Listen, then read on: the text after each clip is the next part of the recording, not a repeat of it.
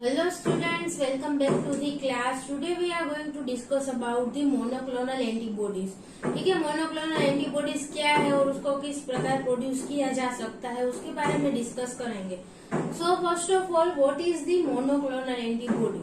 ठीक है, क्लोन के बारे में हमने लास्ट लेक्चर में डिस्कस किया था कि B cell clone, T cell clone किसे कहते हैं कि जो भी सारे सेल्स एक पेरेंट सेल में से डिफरेंशिएट होकर फॉर्म हुए हैं और उसमें से ही प्रोलिफरेट हुए हैं, उन सबको कंबाइनली क्लोन कहा जाता है. ठीक है, और ऑल द बी सेल्स और T cells having the same antigenic specificity are combinely known as the clones. Okay, so monoclonal antibodies कि इसका मीनिंग क्या है कि एक ही क्लोन में से, एक ही क्लोन के जो भी बी सेल्स हैं उन सब में से जो एंटीबॉडीज प्रोड्यूस होते हैं उन सबको मोनोक्लोनल एंटीबॉडीज कहा जाता है. ठीक है, उन सब की एंटीजेनिक स्पेसिफिसिटी सेम होगी. ओके, सो मोनोस्पेसिफिक एंटीबॉडीज, ठीक है, एक ही एंटीजेनिक एपिटोप के लिए ये सब एंटीबॉडीज होंगे.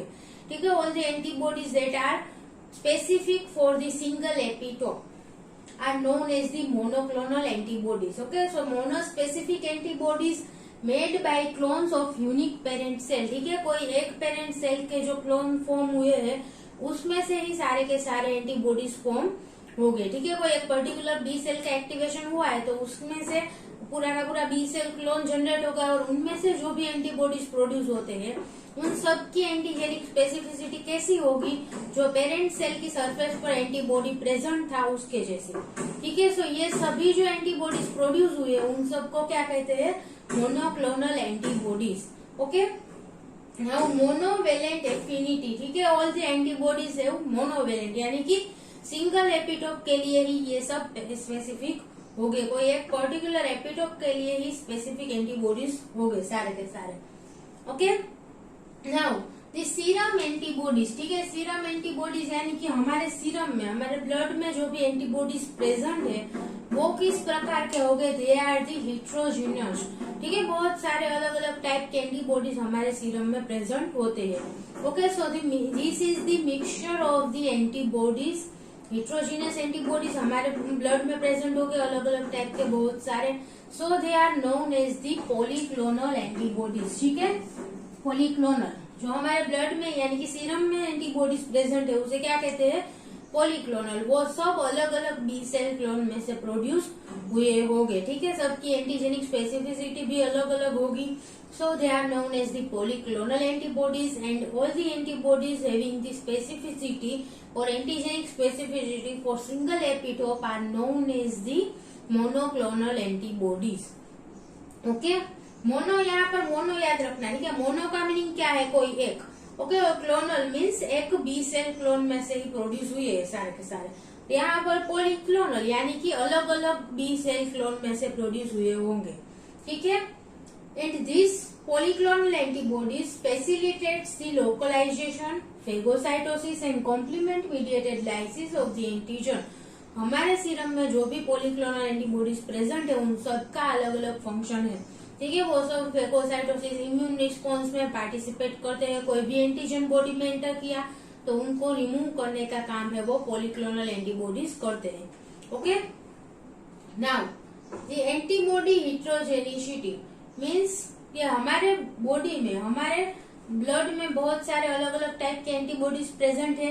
सो it is known as the heterogenicity. ठीक है, अलग अलग एंटीजेनिक स्पेसिफिसिटी वाले एंटीबॉडीज प्रेजेंट हो गए हमारे सीरम में. So it increases the immune protection in vivo यानी कि हमारे बॉडी के अंदर ये अलग अलग एंटीबॉडीज प्रेजेंट है सब साथ में, तो वो क्या करते हैं, they increases the immune protection inside our body. Immune protection में हेल्प करता है, इम्यून प्रोटेक्शन को इंक्रीज करेगा. ठीक है, एंटीबॉडी हिट्रोजेनिसिटी की वजह से इम्यून प्रोटेक्शन इंक्रीज होता है and it decreases the efficacy of the anti serum for the various in vitro uses. Okay, हमें सीरम को कहीं बाहर कोई यूज के लिए लेना है, कोई टेस्ट के लिए लेना है, तो वहां पर बाकी के जो एंटीबॉडीज है वो इंटरफियर करते हैं. ठीक है, कोई पर्टिकुलर एंटीबॉडी को हमें सीरम में से टेस्ट करना है, सीरम का यूज करके कोई टेस्ट करनी है. ठीक है, सो बाकी के जो भी हिट्रोजीनियस एंटीबॉडीज प्रेजेंट है वो वहां पर उस टेस्ट की एफिशिएंसी डिक्रीज करता है.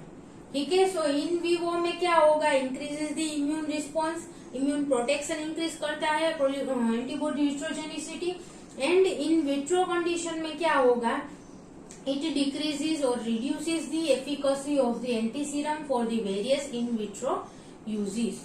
ओके, सीरम की जो एफिकेसी है, उसकी एफिशिएंसी है, वो डिक्रीज करता है क्योंकि बाकी के एंटीबॉडीज वहां पर इंटरफियर करेंगे। जो हमारा टारगेट एंटीबॉडी है उसके साथ बाकी के जो भी एंटीबॉडीज प्रेजेंट है उन सब का इंटरफेरेंस आएगा। Okay, now for the research, diagnostic, therapeutic, okay, this all are the different applications. यहाँ पर सब जगह पर मोनोक्लोनल एंटीबॉडीज यूज होते हैं। ठीक है, रिसर्च में कोई डायग्नोसिस करना है एंटीजन का, एंटीबॉडी का, उसमें मोनोक्लोनल एंटीबॉडीज यूज होंगे। देन थेराप्यूटिक पर्पज, ओके, कोई ड्रग हमारे बॉडी में कितने अमाउंट में प्रेजेंट है या फिर कोई थेराप्यूटिक रिलेटेड हमें कोई टेस्ट करनी है तो उसमें भी एंटीबॉडीज हेल्प करते हैं। ठीक है, थेरापी में कोई ड्रग, कोई हमें डिजीज हुआ है तो उसके ट्रीटमेंट में भी मोनोक्लोनल एंटीबॉडीज यूज किए जाते हैं। ये सब हम डिटेल में जब मोनोक्लोनल एंटीबॉडीज के यूज डिस्कस करेंगे तब करेंगे। ठीक है, so basically for research, diagnostic and therapeutic purpose the monoclonal antibodies are used. Okay, now direct purification of monoclonal antibodies from the polyclonal antibodies is not feasible. ठीक है, अगर हमें मोनोक्लोनल एंटीबॉडीज चाहिए तो हम उसको डायरेक्टली उसका प्यूरिफिकेशन नहीं कर सकते। पॉलीक्लोनल एंटीबॉडीज में से एक पॉलीक्लोनल एंटीबॉडीज यानी कि हमारे सीरम को अगर हमने आइसोलेट किया, उसमें बहुत सारे अलग अलग टाइप के एंटीबॉडीज प्रेजेंट है। उसमें से अगर हमें कोई एक स्पेसिफिक एंटीबॉडी का आइडेंटिफिकेशन करके उसको प्यूरिफाई करना है तो वो बड़ा ही डिफिकल्ट प्रोसेस है और टाइम कंज्यूमिंग प्रोसेस भी हो जाएंगी। ठीक है, so it is not feasible to isolate monoclonal antibody for the polyclonal antibodies. तो हमें क्या करना चाहिए कि कुछ ऐसी मेथड डेवलप होनी चाहिए कि जिसमें से डायरेक्टली मोनोक्लोनल एंटीबॉडीज ही प्रोड्यूस हो। ठीक है, हमारी लेबोरेटरी में भी डायरेक्टली मोनोक्लोनल एंटीबॉडीज का ही प्रोडक्शन हो सके, ऐसी कोई मेथड हमें डेवलप करनी होगी। ठीक है, so in 1975 the George Kohler and Cesar Milstein devised a method for the monoclonal antibody production. ठीक है, यहाँ पर किसी भी एनिमल, किसी भी ऑर्गेनिज्म की बॉडी में से अगर हम एंटीबॉडीज आइसोलेट करते हैं तो उसमें पॉलीक्लोनल एंटीबॉडीज ही होंगे।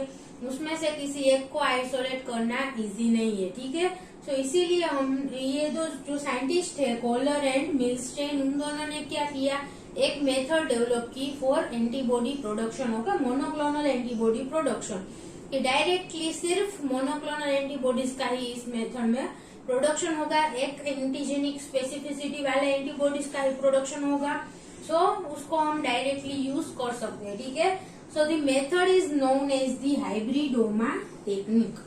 ओके, ये दोनों ने जो मेथड डेवलप की थी उसे क्या कहते हैं, हाइब्रिडोमा टेक्निक। हाइब्रिडोमा टेक्निक की मदद से हम मोनोक्लोनल एंटीबॉडीज प्रोड्यूस कर सकते हैं। ठीक है, अभी ये हाइब्रिडोमा टेक्निक क्या है उसके बारे में डिस्कस करेंगे।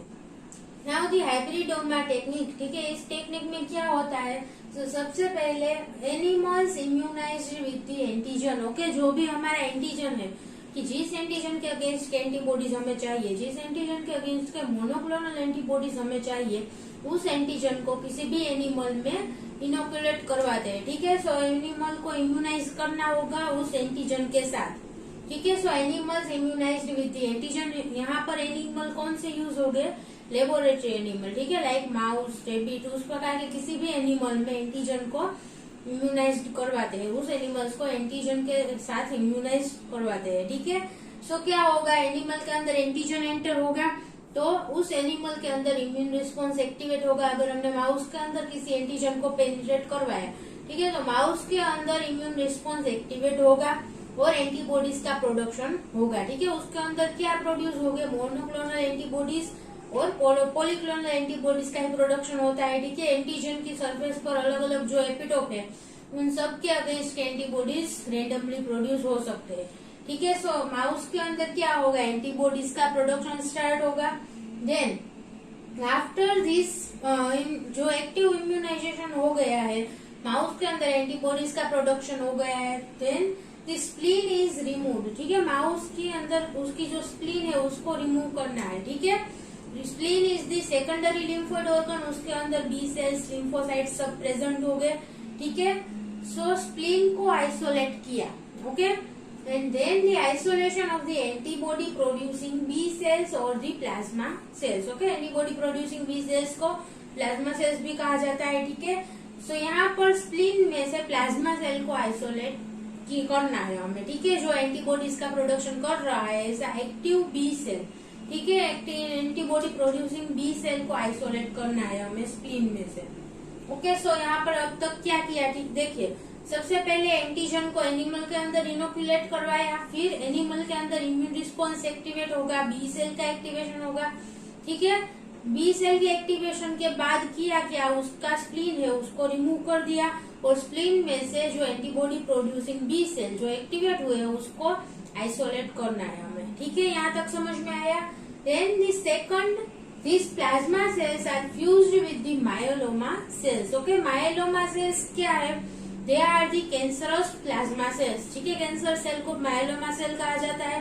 so they are the cancerous, यहाँ पर कौन से टाइप के सेल है, plasma cells, okay, known as the myeloma cells। so plasma cells यहाँ पर जो हमने माउस के अंदर से आइसोलेट किया है वो, ठीक है, प्लस myeloma सेल्स यानी कि कैंसर सेल। कैंसर सेल की जो मेन प्रॉपर्टी है वो क्या है, वो कंटिन्यूअसली ग्रो करता रहता है, ठीक है। जो this are the cancerous plasma cells that are incapable of antibody production, ठीक है। ये सेल है उसके अंदर म्यूटेशन आ गया है, उसकी वजह से उसके अंदर एंटीबॉडीज का प्रोडक्शन नहीं हो रहा होगा, ठीक है। इस टाइप का हमें माइलोमा सेल लेना है कि जो plasma myeloma plasma cell, okay, cancerous plasma cell है जिसके अंदर कंटिन्यूअसली उसका प्रोलिफरेशन हो रहा है, बट उसके अंदर एंटीबॉडी प्रोडक्शन नहीं होगा, ठीक है। इस प्रकार का हमें कैंसर सेल लेना है, समझ में आया। So this plasma cells isolated from the mouse is fused with the myeloma cells, इन दोनों का फ्यूजन करवाया गया, एंड दिस फ्यूज्ड सेल, ठीक है, दो सेल के फ्यूजन से जो सेल बना है उसे क्या कहते हैं, हाइब्रिडोमास, ठीक है। These cells that are formed by the fusion of the plasma cells and myeloma cells are known as the hybridoma cells, okay, और hybridomas, because यहाँ पर क्या है, हाइब्रिड का मीनिंग क्या है, दो अलग अलग को मिक्स करके जो फॉर्म होता है उसे क्या कहते हैं, हाइब्रिड, ठीक है। सो हाइब्रिड सेल यानी कि हाइब्रिडोमा मीन्स दो सेल के फ्यूजन से, दो सेल के हाइब्रिडाइजेशन से जो सेल बनता है वो क्या है, hybridoma cell, okay। now this fusion is mediated by the polyethylene glycol, ठीक है। यहाँ पर हमने क्या लिया, एक कल्चर में प्लाज्मा सेल्स लिए, उसके साथ माइलोमा सेल्स को कल्चर ट्यूब में मिक्स किया, ठीक है। देन पॉलीइथिलीन ग्लाइकोल ऐड किया गया, ठीक है। Polyethylene glycol promotes the membrane fusion, उसका काम क्या है, वो मेम्ब्रेन फ्यूजन को प्रमोट करता है। मेम्ब्रेन फ्यूजन का मीनिंग क्या है, यहाँ पर दो सेल का हाइब्रिडाइजेशन हो रहा है, ठीक है। एक प्लाज्मा सेल है, एक माइलोमा सेल है, ठीक है, ये अलग अलग दो सेल है, तो इन दोनों का फ्यूजन से यानी कि इन दोनों की मेम्ब्रेन अगर फ्यूज हो जाएगी तो एक लार्ज सेल इसमें से फॉर्म हो जाएगा, ठीक है। इन दोनों का फ्यूजन होके यहाँ पर एक बड़ा सेल फॉर्म हो जाएगा, which is known as the hybridoma, okay. और इन दोनों का फ्यूजन होने के लिए जो केमिकल जरूरी है वो क्या है, पॉलीइथिलीन ग्लाइकोल, ठीक है। इन दोनों के सेल के फ्यूजन में वो पार्टिसिपेट करेगा। It promotes the membrane fusion, दोनों सेल की मेम्ब्रेन फ्यूज हो जाएगी और एक दोनों सेल को मिलाकर एक न्यू सेल फॉर्म हो जाएगा, which is known as the hybridoma cell, okay. अभी ये सेल की प्रॉपर्टी क्या होगी, देखिए, it contains the property of the both this cell, दोनों सेल की प्रॉपर्टीज ये जो फ्यूज्ड सेल है उसमें होगी, कौन कौन सी, first antibody producing capacity of the lymphoid cell, okay. यहाँ पर जो हमारा प्लाज्मा सेल है, लिम्फोइड सेल, उसकी एंटीबॉडी प्रोड्यूसिंग कैपेसिटी होगी हाइब्रिडोमा सेल के पास, इस माइलोमा सेल के पास एंटीबॉडी प्रोड्यूसिंग कैपेसिटी नहीं है, ठीक है। हमने ऐसा ही माइलोमा सेल लिया है कि जिसके अंदर एंटीबॉडीज का प्रोडक्शन नहीं होगा, ठीक है। सो इसके पास एंटीबॉडी प्रोडक्शन की एबिलिटी नहीं है, बट जो हमने प्लाज्मा सेल लिया है उसके पास एंटीबॉडी प्रोडक्शन की कैपेसिटी है, ठीक है। So this hybridoma cell having the capacity of the antibody producing capacity of the lymphoid cell. दूसरी क्या कैपेसिटी होगी, immortality of the myeloma cells, ठीक है। माइलोमा सेल्स का जो मेन फीचर है इमोर्टैलिटी, यानी कि वो उसका डेथ नहीं होता, ठीक है। इसीलिए ये जो माइलोमा सेल है वो डेथ नहीं होता, कंटिन्यूअसली प्रोलिफरेशन होता रहता है। So immortality of this myeloma cells, दोनों ही प्रॉपर्टी जो मेन है हमारे प्लाज्मा सेल्स की और माइलोमा सेल्स की, वो हाइब्रिडोमा सेल में प्रेजेंट होगी, ठीक है। Clear this much, hybridoma form हो चुका है इन दोनों के फ्यूजन से। Now this hybridoma cells are this culture, ठीक है, जहां पर यहाँ पर एक कल्चर है हमारे पास। एक कल्चर ट्यूब में हमने क्या क्या मिक्स किया, सबसे पहले प्लाज्मा सेल्स को ऐड किया, then myeloma cell, okay, myeloma cells यहाँ पर प्रेजेंट है इसके अंदर, एंड पॉलीइथिलीन ग्लाइकोल भी प्रेजेंट होगा, ठीक है। ये तीन चीजों को हमने इसमें मिक्स किया है। So now this culture is transferred to the HAT medium, okay, यहाँ पर हेट मीडियम में इस कल्चर को ट्रांसफर किया जाता है, ठीक है। सो दिस हेट मीडियम का मीनिंग क्या है, it contains the hypoxanthine, aminopterin and thymidine, okay.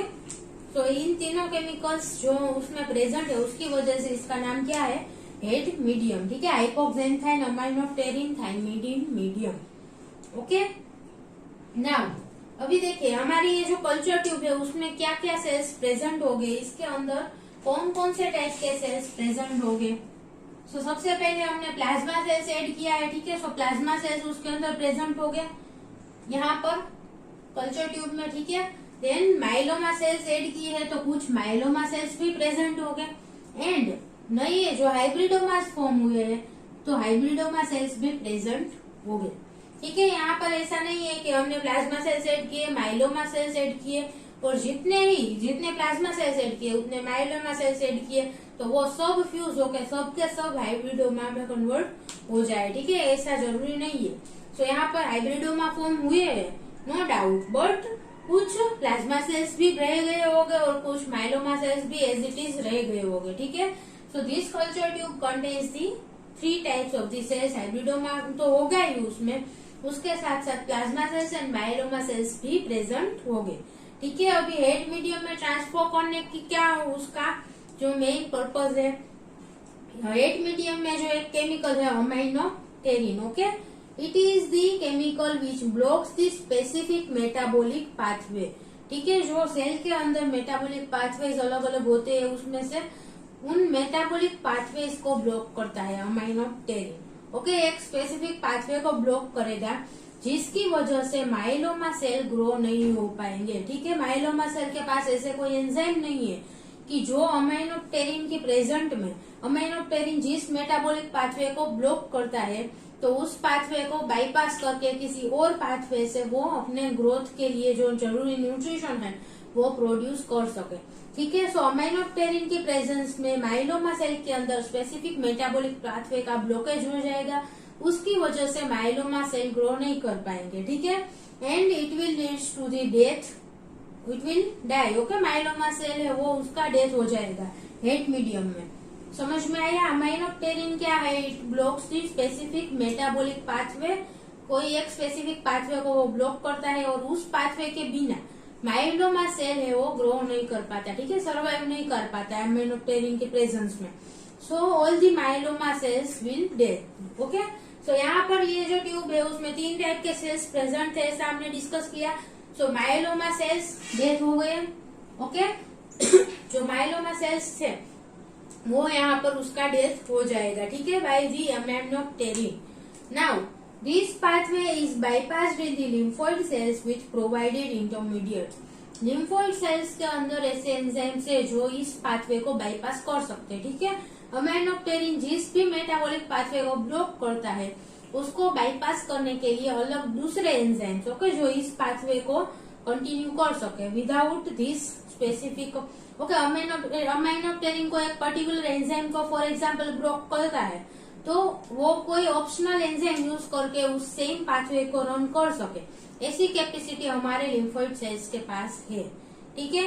So lymphoid cells can bypass this pathway by the provided intermediates. यहाँ पर जो हाइपोक्सेंथाइन एंड थाइमिडीन दिया गया है हेड मीडियम में, ठीक है। सो हाइपोक्सेंथाइन थाइमिडीन दोनों की हेल्प से लिम्फोइड सेल्स जो यहाँ पर जो पाथवे ब्लॉक हो रहा है उसकी वजह से जो डेफिशिएंसी होगी, ठीक है, उसको ये कवर कर सकता है लिम्फोइड सेल, ठीक है। सो लिम्फोइड सेल यहाँ पर हेड मीडियम में ग्रो कर पाएगा माइलोइड सेल उस जो डेफिशिएंसी होगी इस पाथवे की नहीं होने से, ठीक है, वो उसको कवर नहीं कर पाता। So myeloma cells can not survive in the HAT medium और in the presence of the aminopterin, but हमारे जो लिम्फोइड सेल है वो उस पाथवे को बाईपास करके उसका जो एंड प्रोडक्ट है वो दूसरे पाथवे के थ्रू फॉर्म कर लेता है, ठीक है।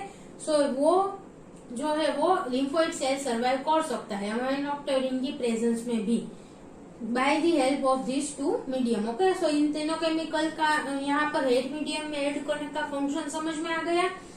अमाइनोप्टेरिन है वो माइलोमा सेल्स का ग्रोथ इनहिबिट करता है, ठीक है, एंड हाइपोक्सेंथाइन एंड थाइमिडीन इन दोनों की मदद से क्या होगा कि लिम्फोइड सेल्स इजीली ग्रो कर सकते हैं। नाउ लिम्फोइड सेल्स यहाँ पर ग्रोथ नहीं करना है, ठीक है, आपको ऐसा डाउट होगा कि इन दोनों को ऐड ना करे तो लिम्फोइड सेल्स ग्रो नहीं होंगे, तो हमारे हाइब्रिडोमा सेल्स किस तरह ग्रो होंगे, उसके पास myeloma cells and lymphoid cell. Okay, hybridoma cell के पास माइलोमा लिम्फोइड सेल दोनों के ही कैरेक्टरिस्टिक्स है। सो यहाँ पर जो हमारा हाइब्रिडोमा है उसमें लिम्फोइड सेल की भी कैरेक्टरिस्टिक होगी, लिम्फोइड सेल के एंजाइम्स भी प्रेजेंट हो गए, ठीक है। तो अमाइनोप्टेरिन की प्रेजेंस में भी हाइब्रिडोमा सेल्स ग्रो कर सकते हैं बाय हाइपोक्सेंथाइन एंड थाइमिडीन, ठीक है। इन दोनों का यूज करके हाइब्रिडोमा सेल्स ग्रो कर पाएंगे। किस तरह, जिस तरह से लिम्फोइड सेल ग्रो करते हैं, ओके, दूसरे पाथवे के थ्रू सेम जो एंड प्रोडक्ट है वो प्रोड्यूस करके लिम्फोइड सेल सर्वाइव कर सकते हैं, उसी प्रकार हमारे हाइब्रिडोमा सेल्स भी अमाइनोप्टेरिन की प्रेजेंस में सर्वाइव करेंगे, ठीक है। सो यहाँ पर देखिए हेट मीडियम में ये दो सेल ग्रो हो पाएंगे, प्लाज्मा सेल्स यानी कि हमारे लिम्फोइड सेल्स भी ग्रो हो सकते हैं और हाइब्रिडोमा सेल्स भी ग्रो हो सकते हैं, ठीक है। सो यहाँ पर आपको डाउट होगा कि अभी हमें प्लाज्मा सेल्स को किस तरह से रिमूव करें मीडियम में से, और प्लाज्मा सेल जो एक्स्ट्रा ग्रो हुए उसको किस तरह से रिमूव करना है, ठीक है। सो उसको रिमूव करने के लिए हमें कुछ करने की जरूरत नहीं है, क्योंकि हाइब्रिडोमा सेल्स के पास माइलोमा सेल्स की एक स्पेसिफिक कैरेक्टरिस्टिक्स है, दैट इज द इमोर्टालिटी, ठीक है। कुछ भी मंथ्स तक, ईयर्स तक हम अगर माइलोमा सेल को सर्वाइव करवाए, ठीक है, उनका ग्रोथ करवाए ईयर तक भी, तो वो ग्रो कर सकते हैं क्योंकि वो इमोर्टल है। बट हमारे प्लाज्मा सेल्स के पास इमोर्टालिटी नहीं है, तो वो 1-2 वीक में ही उनका डेथ हो जाएगा, ठीक है। सो प्लाज्मा सेल्स उसके वजह से ही, ठीक है, अपने आप ही 1-2 वीक्स में ही उनका डेथ हो जाएगा। उसका डेथ करने के लिए हमें कोई अलग केमिकल यूज करने की, कोई अलग ट्रीटमेंट देने की कोई जरूरत नहीं है, ठीक है। इस मिक्सचर को और इस कल्चर में जो भी हमने यहाँ पर ट्रांसफर किया है, ठीक है, हेट मीडियम में 1 से 2 वीक तक सेल्स को ग्रो करेंगे तो प्लाज्मा सेल्स अपने आप डेथ हो जाएंगे, ठीक है, क्योंकि उसके पास इमोर्टालिटी नहीं है, बट माइलोमा सेल्स के पास है, तो उसकी इमोर्टालिटी हमारे हाइब्रिडोमा सेल्स के पास है, सो वो ग्रोथ कर सकते हैं, ठीक है। सो यहाँ पर प्लाज्मा सेल्स भी अपने आप 1-2 वीक में डेथ हो जाते हैं।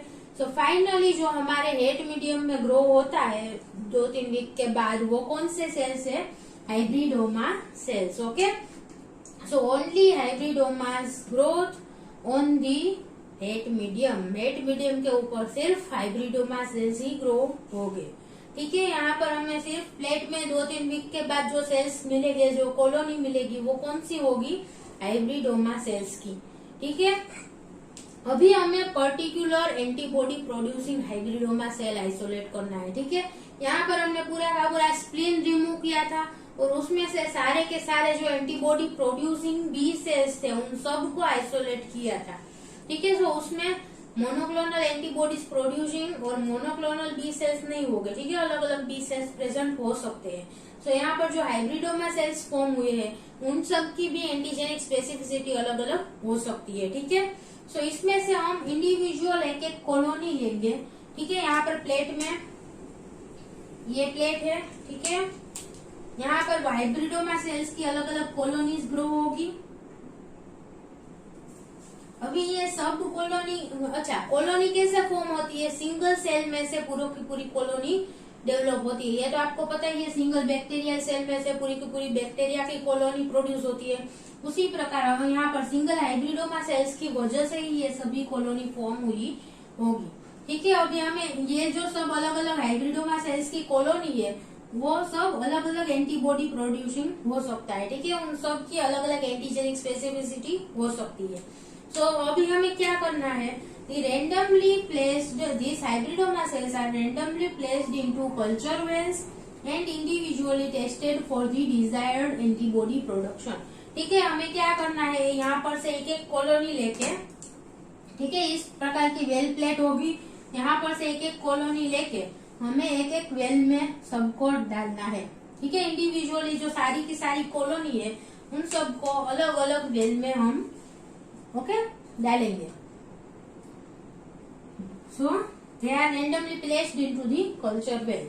Now they individually tested for the desired antibody production.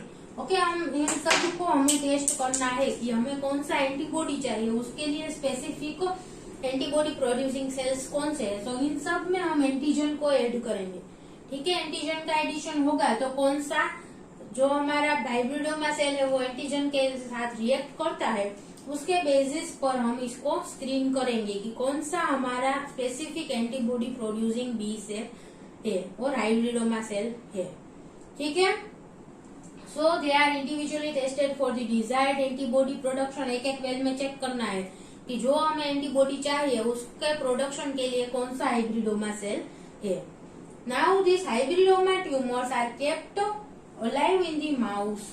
Okay, अभी हम क्या कर सकते हैं, देखिए यहाँ पर ये वेल में फॉर एग्जाम्पल यहाँ पर जो ये लास्ट का वेल है उसके अंदर हमारा desired antibody producing hybridoma cell है, तो उसको हम निकाल के दूसरी प्लेट में दूसरे कल्चर मीडियम में कल्चर कर सकते हैं और this cells can be entered into the mouse. Okay, mouse के अंदर एंटर करके उसके अंदर हम ट्यूमर करवा सकते हैं, ठीक है। So hybridoma tumours are kept alive in the mouse. Mouse के अंदर अगर हम एक हाइब्रिडोमा ट्यूमर यानी कि हाइब्रिडोमा सेल्स का पूरा मास माउस के अंदर हम रखवा दे तो वहां पर क्या होगा, कंटिन्यूअस एंटीबॉडी प्रोडक्शन होगा माउस के अंदर, ठीक है।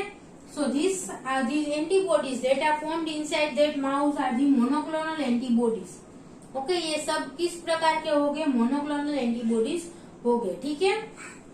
And the second we can desired clones. Okay, यहाँ पर जो हमें हाइब्रिडोमा सेल मिला है they are cultured and frozen. उन सबको हम अलग कल्चर मीडियम में कल्चर कर सकते हैं और उसको फ्यूचर यूज के लिए स्टोर भी कर सकते हैं, ठीक है, by freezing. So they can be cultured and frozen and okay, mouse के अंदर एंटर करवा के हम वहां पर एंटीबॉडीज का प्रोडक्शन भी करवा सकते हैं और मोनोक्लोनल एंटीबॉडीज जो माउस के अंदर प्रोड्यूस हुए उसको आइसोलेट करके हम हमारे अलग अलग मोनोक्लोनल एंटीबॉडीज का जो हमारा यूज है उसके लिए यूज कर सकते हैं। समझ में आया? ह्यूमन के अंदर भी सीरम में एंटीबॉडीज प्रेजेंट होते हैं, उसमें से भी अगर हम आइसोलेट कर सकते हैं, बट वहां पर जो एंटीबॉडीज का अमाउंट होगा वो लिमिटेड होगा, ये क्योंकि हम सीरम भी लिमिटेड अमाउंट में ही आइसोलेट कर सकते हैं ह्यूमन के अंदर से।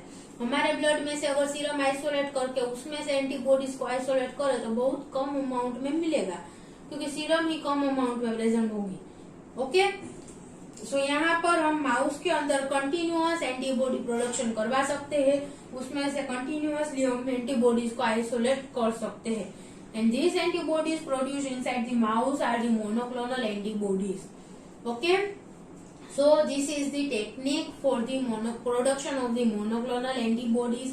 किया सबसे पहले प्लाज्मा सेल्स यानी कि एंटीबॉडी प्रोड्यूसिंग जो हमारे बी सेल्स है उसको माइलोमा सेल्स के साथ फ्यूज करवा दिया गया, ठीक है।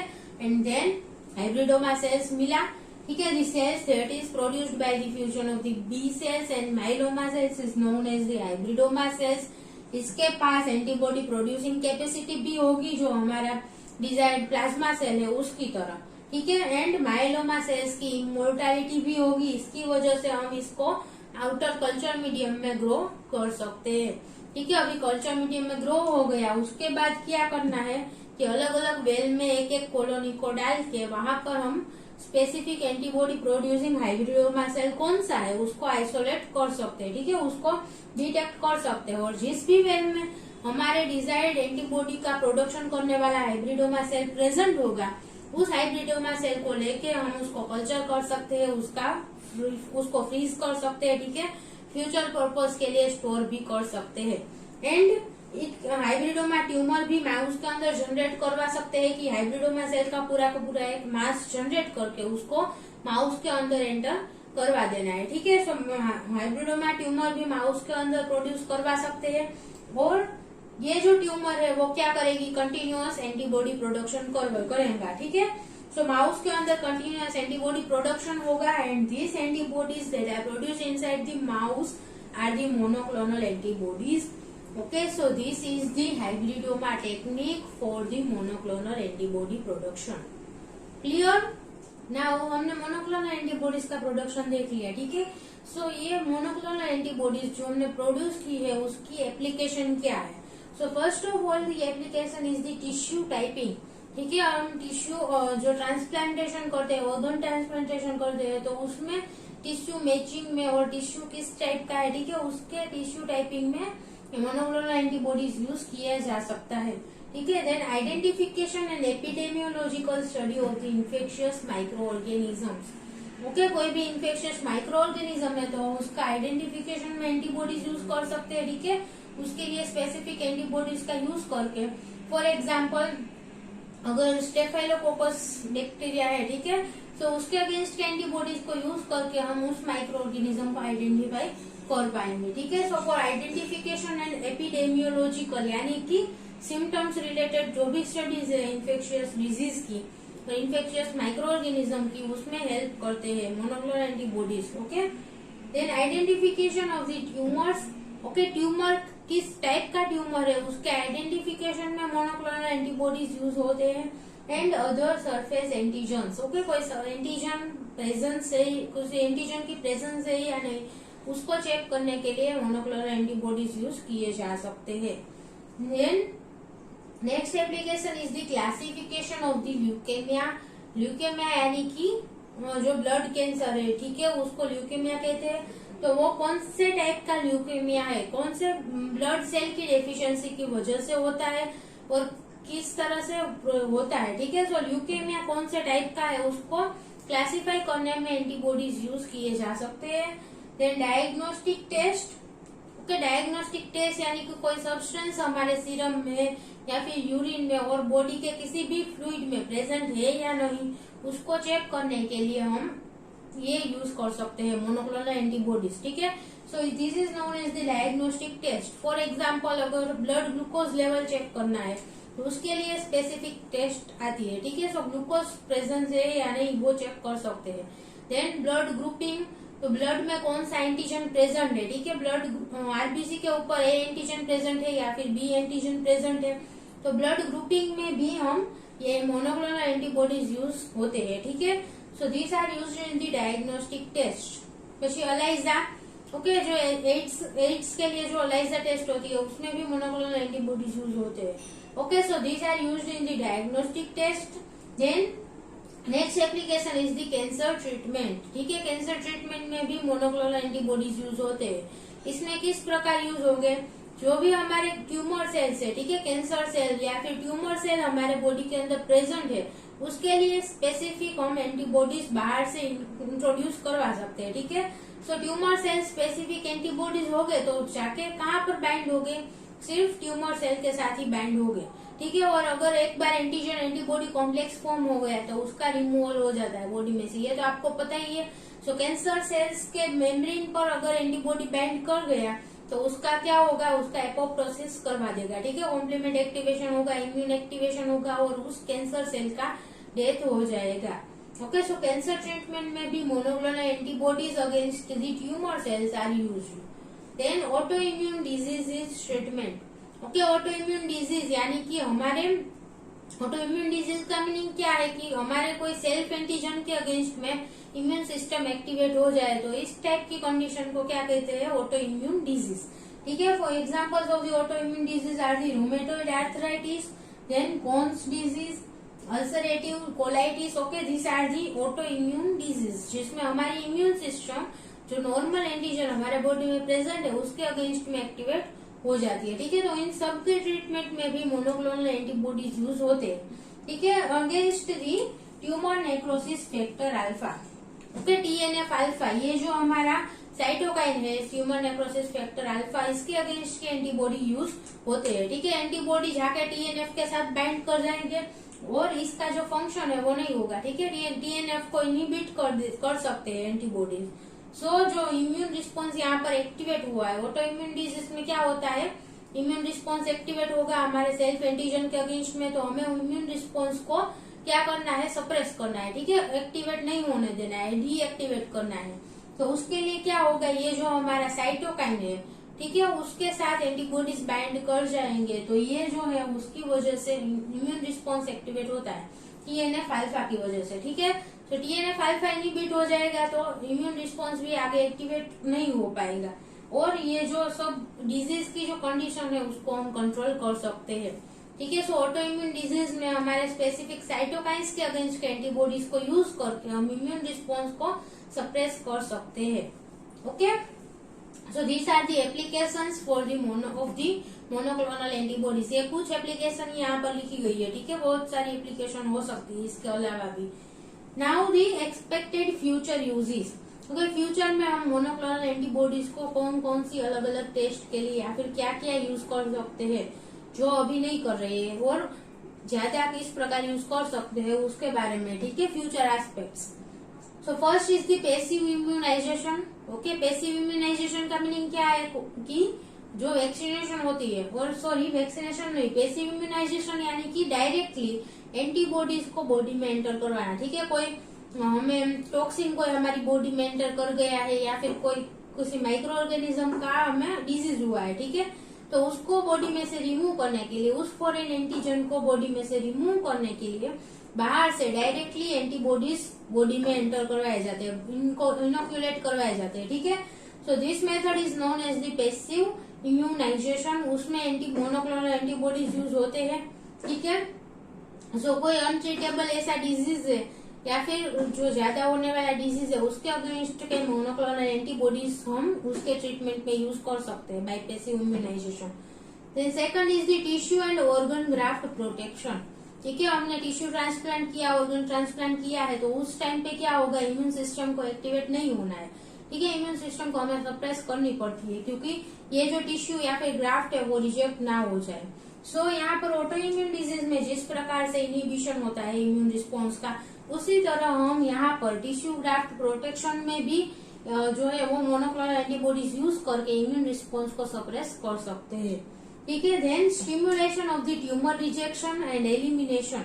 ओके, ट्यूमर को रिजेक्ट करने के लिए भी मोनोक्लोनल एंटीबॉडीज यूज किए जा सकते हैं कि ट्यूमर स्पेसिफिक एंटीबॉडीज को बॉडी में एंटर करवाया जाए तो वो जाके ट्यूमर सेल के साथ बाइंड हो जाएंगे। ठीक है, सो ट्यूमर को हमारी बॉडी जो है वो फॉरेन के रूप में कंसीडर करके उसको बॉडी में से रिमूव कर देंगी। ठीक है, हमारी इम्यून सिस्टम।